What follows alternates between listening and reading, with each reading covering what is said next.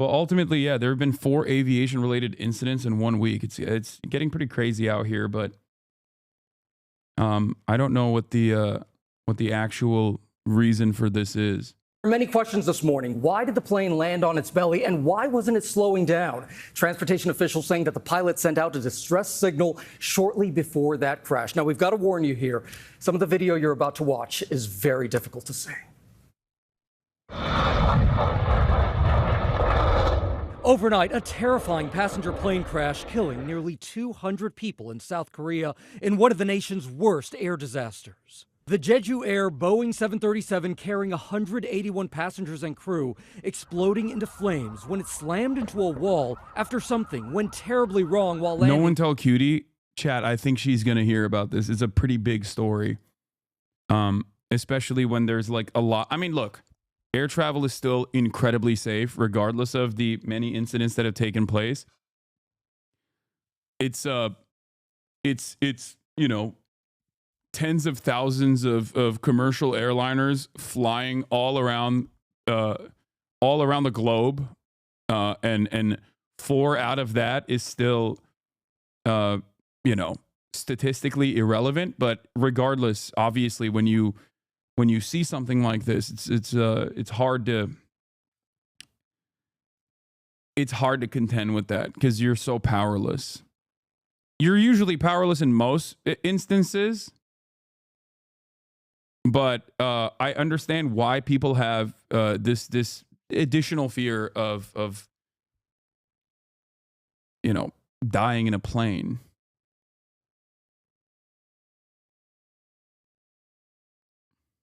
At Muan International Airport. Smoke billowing into the air, cameras capturing these images near the crash site. At least 177 people killed in the disaster, and that number is expected to rise, with officials saying nearly everyone on board is presumed dead. The families of the passengers on board gathering in an airport lounge distraught as fire officials read the names of the victims. Jeju Air's CEO expressing his deepest apology and accepting responsibility for the crash as the company's top executive. In the video, you can see that the 15-year-old jet landed without its landing gear deployed, the plane landing on its belly at a very high... Like that concrete wall, like, I don't understand. It's a very long runway from what people are saying in the chat. And I'm surprised that there's like a concrete wall at the end of it. Speed, then veering off the runway before slamming head-on into that concrete wall. The plane then bursting into flames, thick black smoke billowing into the air, debris scattered all over the ground. In the wreckage, only the plane's tail still recognizable. Local transportation officials saying before landing, the control tower issued a warning of a bird strike, and the pilot sent a distress signal immediately afterwards. Just a minute later, they say, the pilot issued a mayday and tried landing the plane. It wasn't a wall, it's a guidance system.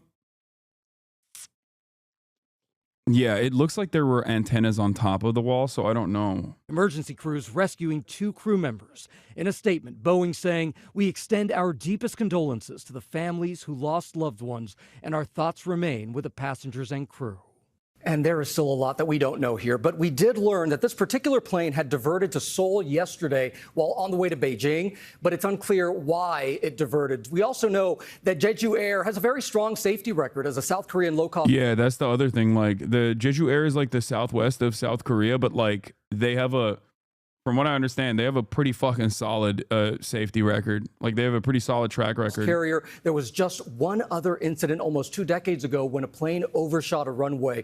Only 6 people had minor injuries then. Joining us now is ABC News contributor and aviation analyst John Nance. John, thank you so much for being here this morning for this very disturbing story.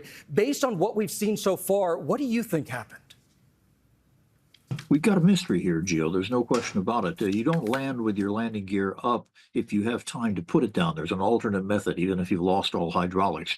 So why did they land with the gear up? Was it a situation where they had another emergency that we don't understand yet in the cockpit, or was there something else, including just forgetting to put it down in the middle of an emergency?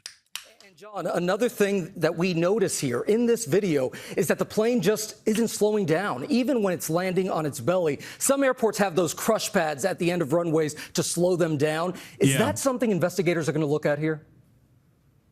They will look at it, and they'll look at the application of that worldwide, for that matter. But the problem is with the crush pad, you still got to be aligned with the runway. If they veered off, which appears to be the case, they would not necessarily have gone into a crush pad if there'd been one at the end of the runway. And John, something else that we've seen in this video, the plane hit that wall, and that's that very disturbing moment that we see that was captured there. It's very possible that the plane would have been fine if it hadn't hit that wall. Why is that wall even there? That's a good question. I don't know why it's there, and I don't know where it is in regard to the center line of the runway. You don't want anything in the way of the aircraft as you're coming down a runway. And if you're landing gear up, there's no training for us as pilots in terms of how long it's going to take, how much extra time if you're skidding. Of course, you also don't have any directional control at that point after you've dropped the speed maybe under 100 knots. So a lot of questions here, and some of them are extremely serious in terms of future.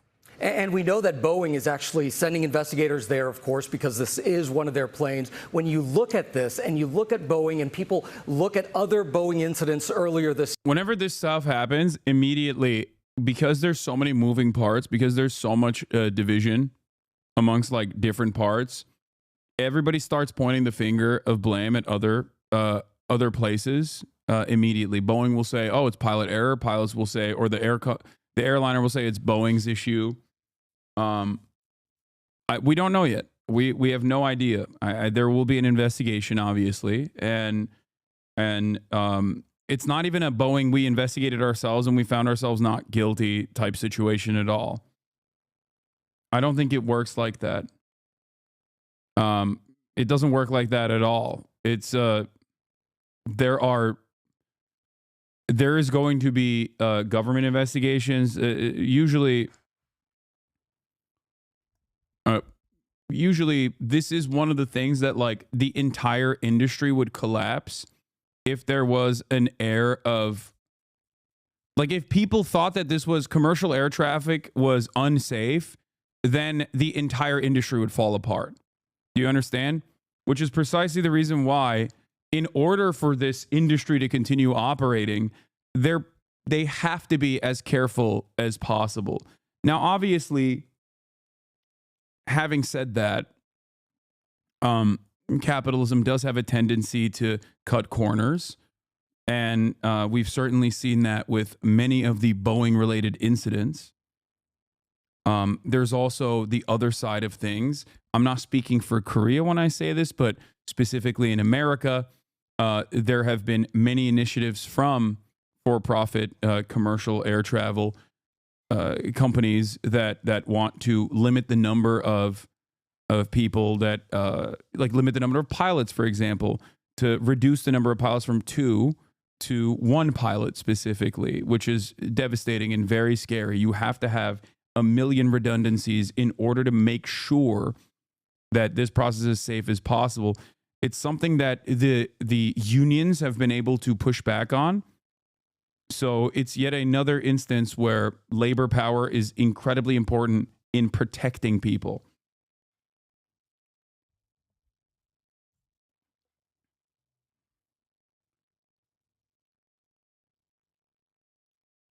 You just have to, you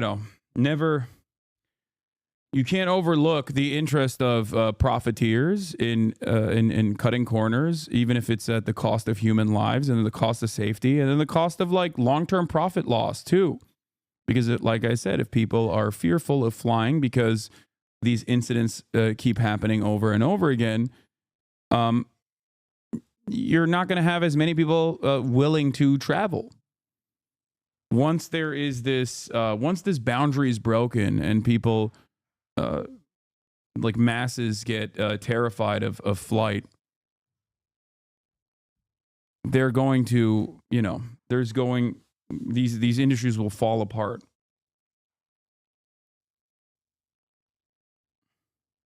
This year, is this something that you're going to be saying, well, wait a minute, maybe there's a problem with this particular jet, or no, because it's a 15-year-old jet?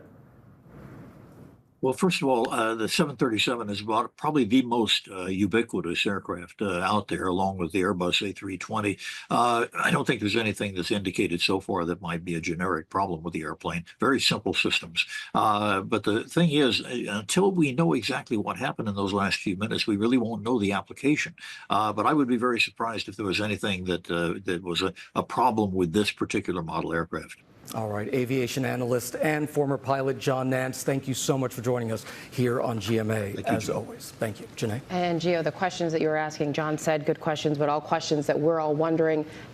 Local fire officials and aviation experts say some sort of landing gear malfunction was likely. There's also speculation from officials that this may have been caused by a bird strike. The pilot also made a Mayday call shortly after the control tower warned about birds in the area. According to FlightAware, the Jeju airliner was listed as a Boeing 737 traveling from Bangkok, Thailand, before it crash landed at the Muan airport in South Korea. That's in the southwest part of the country. This is the country's worst air disaster in decades. CNN's Mike Valerio has been following this breaking news story from Seoul. Mike, update us on the investigation and where things stand now. Well, I would say that probably the most dramatic element, Amra, under the floodlights that are illuminating the crash site here is... No, 15 years old is not old for an airplane at all. Number one. Number two, those things get fucking updated pretty frequently. And not only that, but the reason why you hear Boeing a lot more is because, I mean, there's virtually two major companies, is Airbus and Boeing. And Boeing has a lot of fleets all around the globe. So you're going to have a lot more. You're going to hear a lot more from Boeing. And that they're, whenever these things happen, there's a lot of media attention surrounding it because it's a complete disaster. You have 200 people just dying with one crash. So it's just... Those are some of the reasons why. You know, people pay close attention to it, and you hear names being thrown around like this.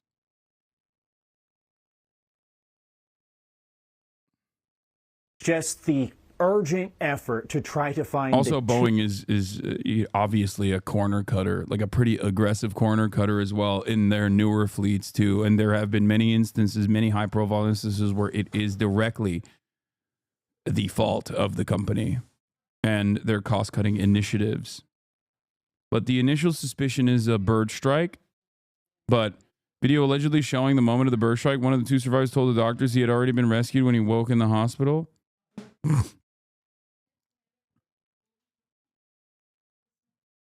But like, even if one bird is capable of taking out one of the engines, I mean, there's still so many extra questions here as to like why the fucking landing gear didn't why didn't they bring out the landing gear? Did it? Because it's not supposed to affect the landing gear.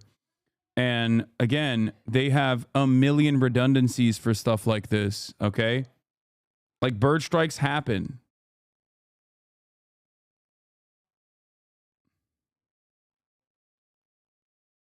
Like, bird strikes happen. They fly around. You know what I mean? It's not supposed to impact the flaps. It's not supposed to impact the landing gear. There's also a second engine. Like, planes are incredibly safe.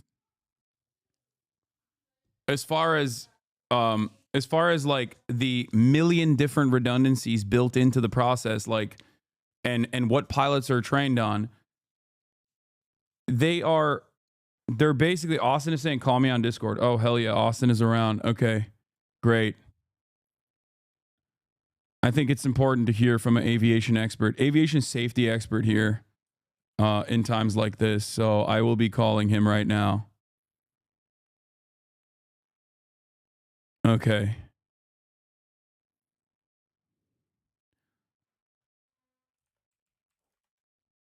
Hello. You hear me? Wait, where are you? Oh, shit, why is my camera on? Wait, turn it on. Oh, no, I'm at the... Well, I'll get in my car first. Let me get in my car. Okay, get in your car and put it on horizontal, and then turn your camera on. Okay, hold on. Just a second. Boeing's number one PR person? No, neither myself nor Austin are going to defend Boeing unless it's something that is defensible. But I think Boeing here. All right, nobody's defending Boeing. Let's see. Oh shit! Hold.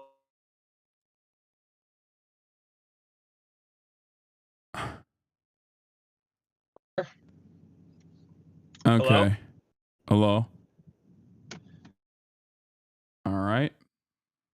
Hold on. Let me position my phone. Wow. You got the M-Power right there. Okay, I lost you, by the way. Can you hear me? Yeah, I can hear you. Okay, hold on. Let me transfer.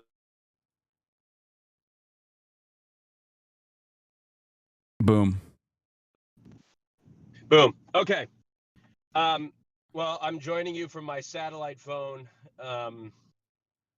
Here at the scene of the crash, I flew out immediately when I saw it. Okay. Let's not, dude, 200 people died. Let's not make, let's kidding. not. No, look, here's the deal.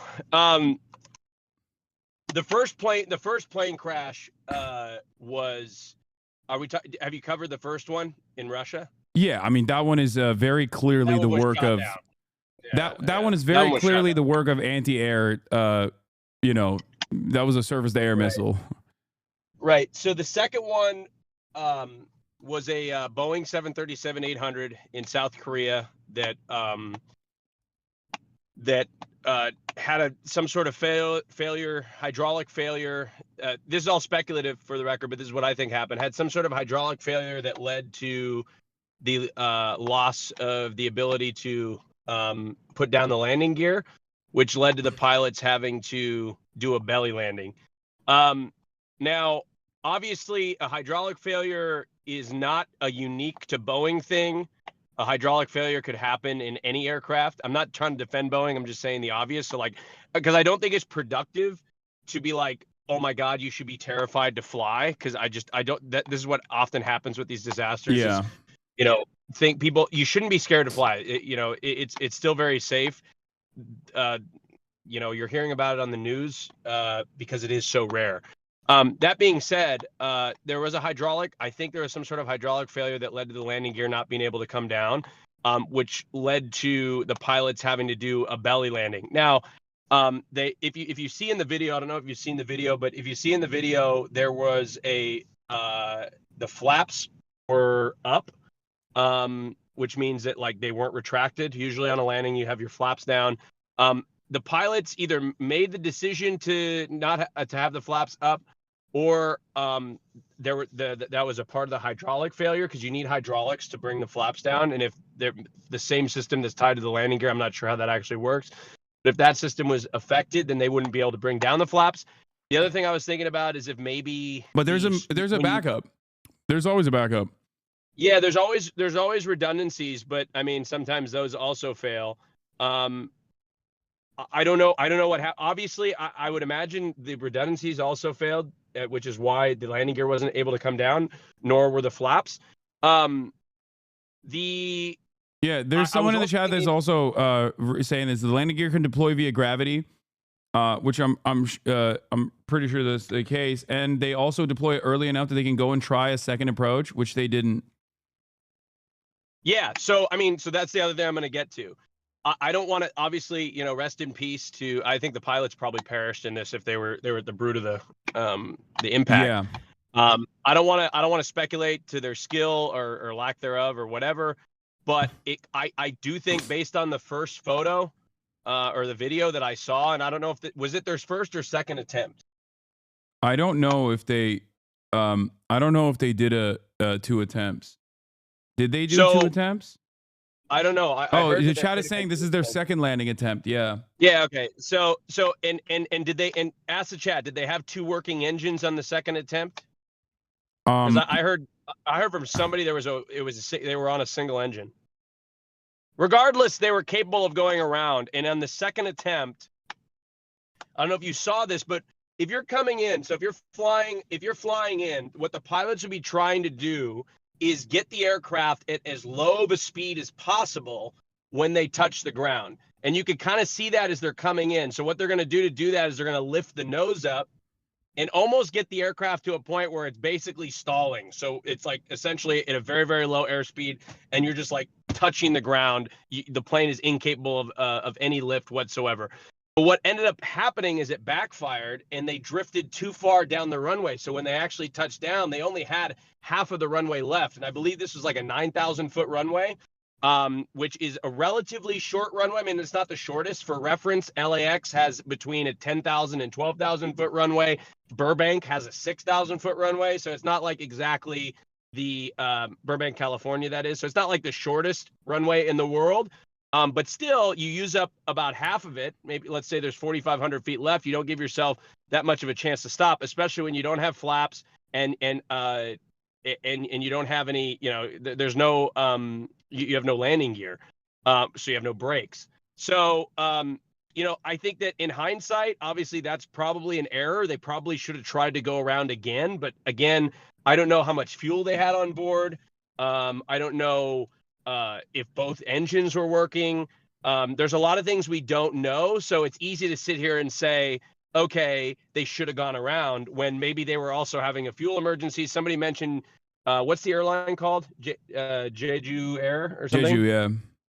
Yeah, Jeju Air is from what I understand, is a low-cost carrier, and a lot of low-cost carriers encourage their captains to take minimum fuel.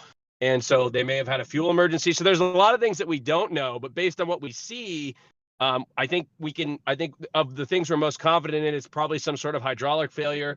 And the pilots definitely overshot the spot of the runway in which they should have come down in. So that's what I would say, based on just what I would say. The other thing is, I really don't think this needs to, again, and this is not in defense of Boeing, okay? Because I have no horse in the race when it comes to Boeing, but this shouldn't make you fearful of flying. This shouldn't be a conversation about you shouldn't feel safe to get on an aircraft. Yeah. That's what I'm trying to encourage, because what the media is going to do is you're going to see a lot of every aviation related incident is now going to be reported. Yeah. So from engine failures to bird strikes to things that may happen more frequently than you know will be big media stories, because they're capitalizing on clicks and the fear that you have of flying. So that's what I would say about that. Yeah, no, for sure. So overall, what's your personal speculation on the matter? What do you think is the likely scenario? Bird strike an engine, and then they just maybe fail to deploy the landing gear manually? Well, so I saw the bird strike. So is a bird strike a factor in this? Because I saw a video of a bird strike. Mm-hmm. And if there was a bird strike, then they're working with one engine. And so you can still go around with one engine. You can still fly on one engine. It just makes it harder. I mean, I don't know if you and I flew. So Hasan, this is the 737-800 is the plane that you and I flew in, the simulator. Yeah. That is the plane that we flew. And we were able to do a single engine. We were able to fly it with the single engine. So it is possible. And you are also able to fly without hydraulics, but I don't know what degree. It's really hard to speculate because we don't know to what degree the failure impacted the systems of the aircraft. So in my heart of hearts, I want to assume that the pilots did everything that they could, and they're experts. And I mean, they had thousands of flying hours, so I imagine they did everything they possibly could.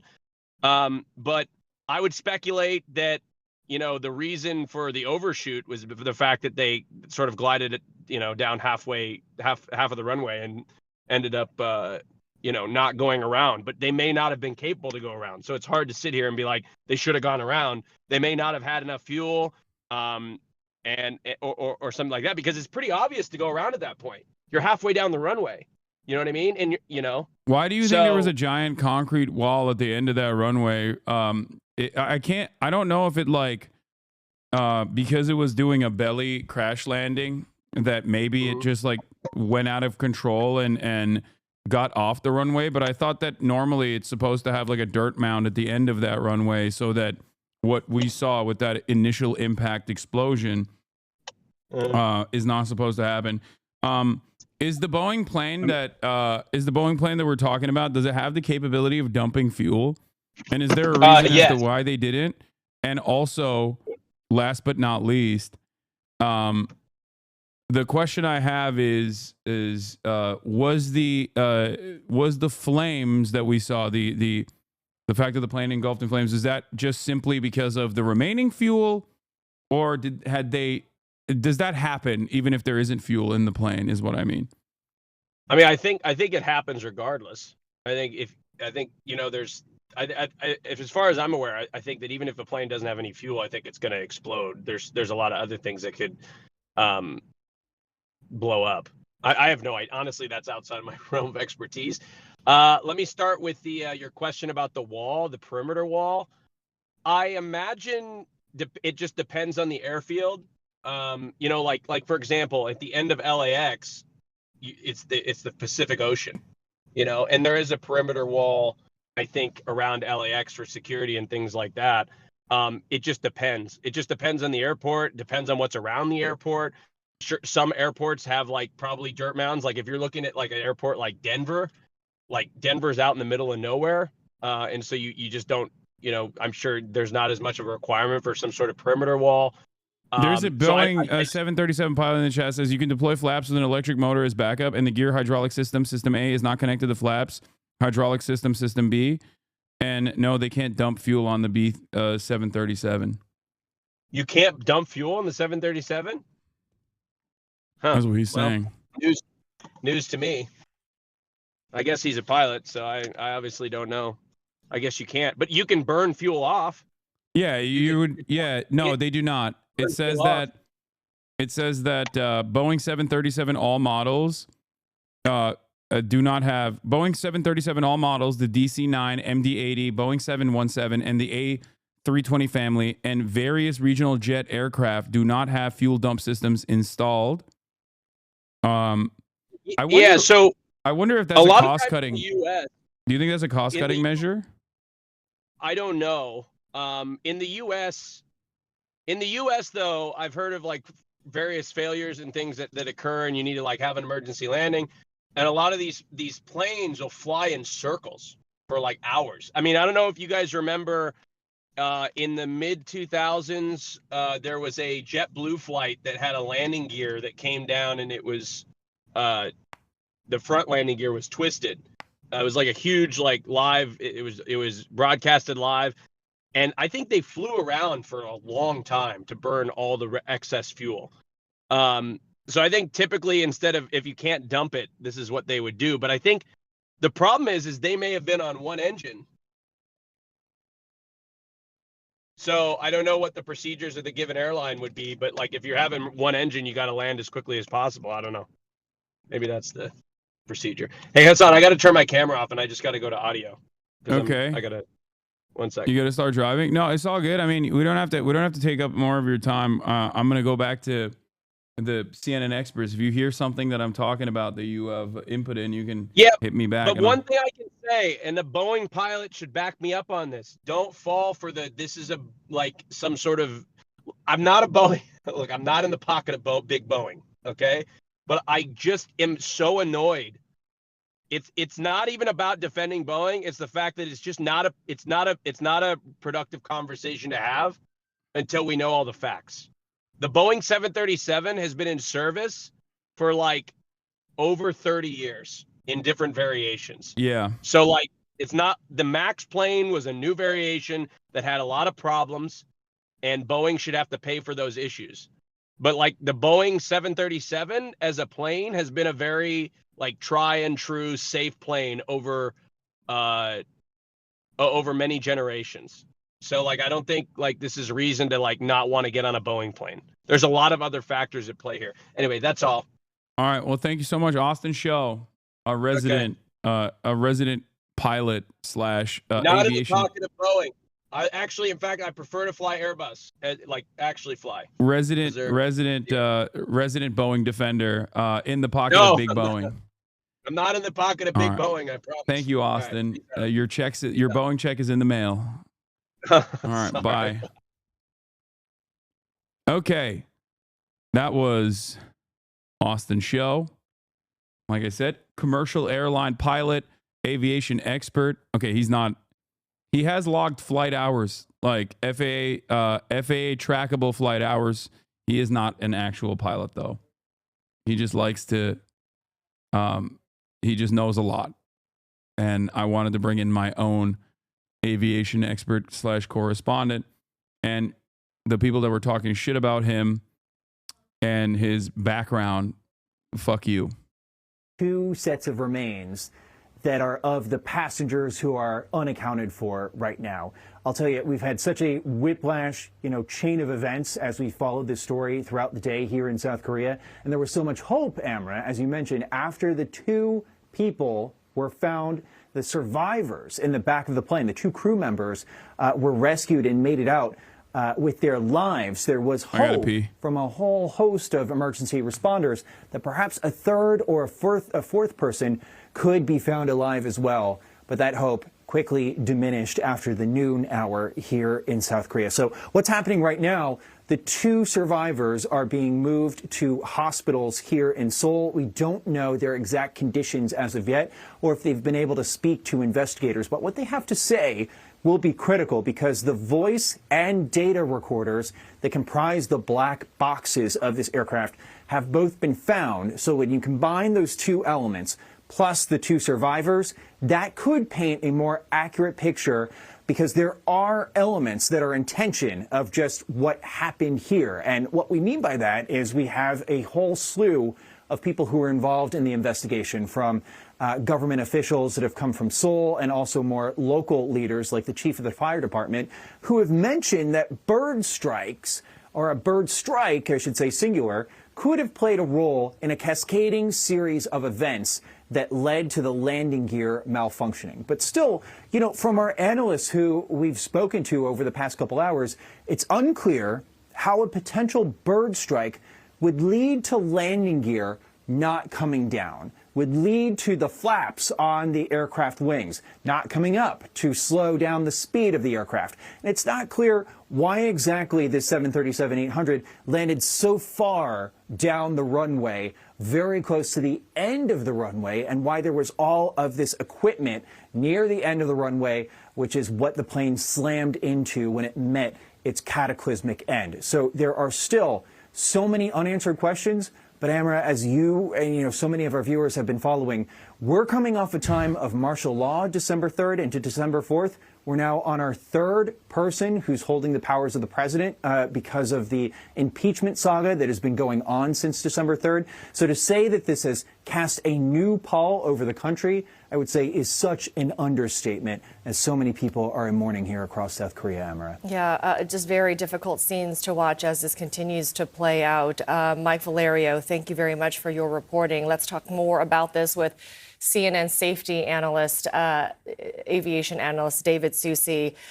David, you just heard there from Mike that 2 of the black boxes, the data and voice recorder, have been recovered. So obviously we will be learning more in the coming days. But from what we know, also seeing that video where you see the plane landing, you see that the wheels that are used for takeoff and landing are not out when it comes down. And then we've also heard speculation from South Korean officials that this could have been a bird strike playing a factor in this. What is your initial assessment, David? Well, there were so many different aspects to this and unanswered questions. I don't see any connection between a bird strike and whether the landing gear was able to come up or down or not. I really can't see that those 2 things are related. However, what can be related is the response to a bird strike. So after you've hit a flock of birds, you may have an engine out, you might have things going on, and that creates a lot of chaos. I can't stop thinking about that video we watched a few weeks ago about how social ladder system in Korea caused us some smaller crash years ago. Is it possible for some of these things to be happening again? No. I mean, maybe, but I'm pretty sure that they literally took training protocol seriously after that to change like company culture to ensure that they reformed it. Like that was the point.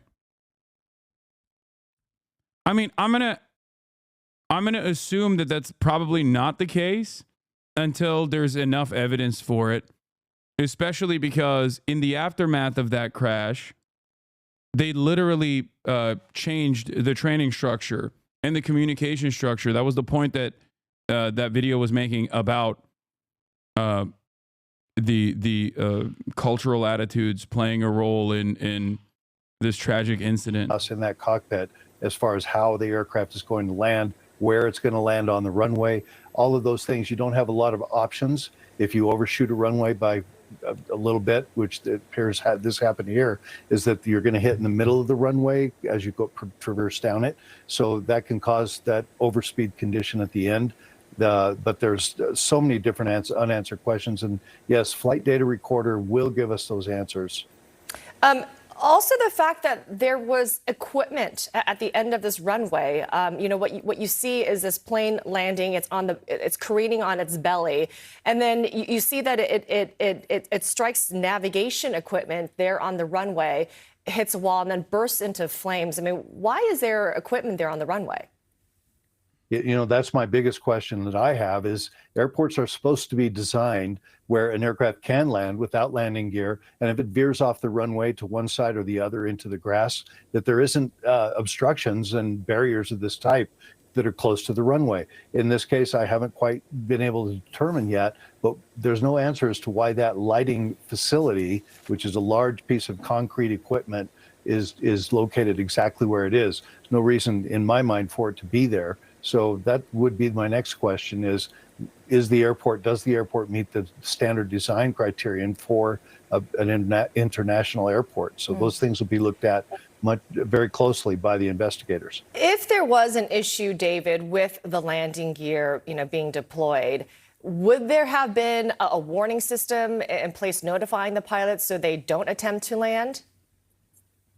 Yes, there is. It'll say gear up, to make you remind yourself to bring the gear up as you have a proximity warning to the ground. So they would have gotten those notices. But by the time you get that, if you are in this situation, and let's say, for example, you come in to land, you don't have another engine, you can't make a go around and try it again. So even though you get those warnings, by the time you get the landing gear down in the position that they were in, you wouldn't have time to get them fully extended. So that may be the problem here, is that they didn't have time to make a go around and assure that the gear had been lowered properly. David, it's remarkable that we're talking about survivors in yet another plane crash here. 2 survivors, we understand they are crew members who were pulled out of this plane. They were apparently found in the tail of the plane. And I want to ask you this because we've been talking about, I think it was the Azerbaijan airline where you had survivors as well. The plane that was apparently...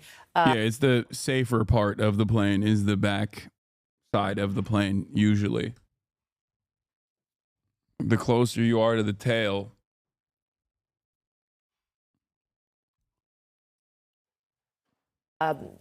Shot down at the skies there. And the survivors from that crash are believed to have been sitting in the rear. Is the rear of the plane the safest part of the... Good fuck first class law? Okay, bro, chill.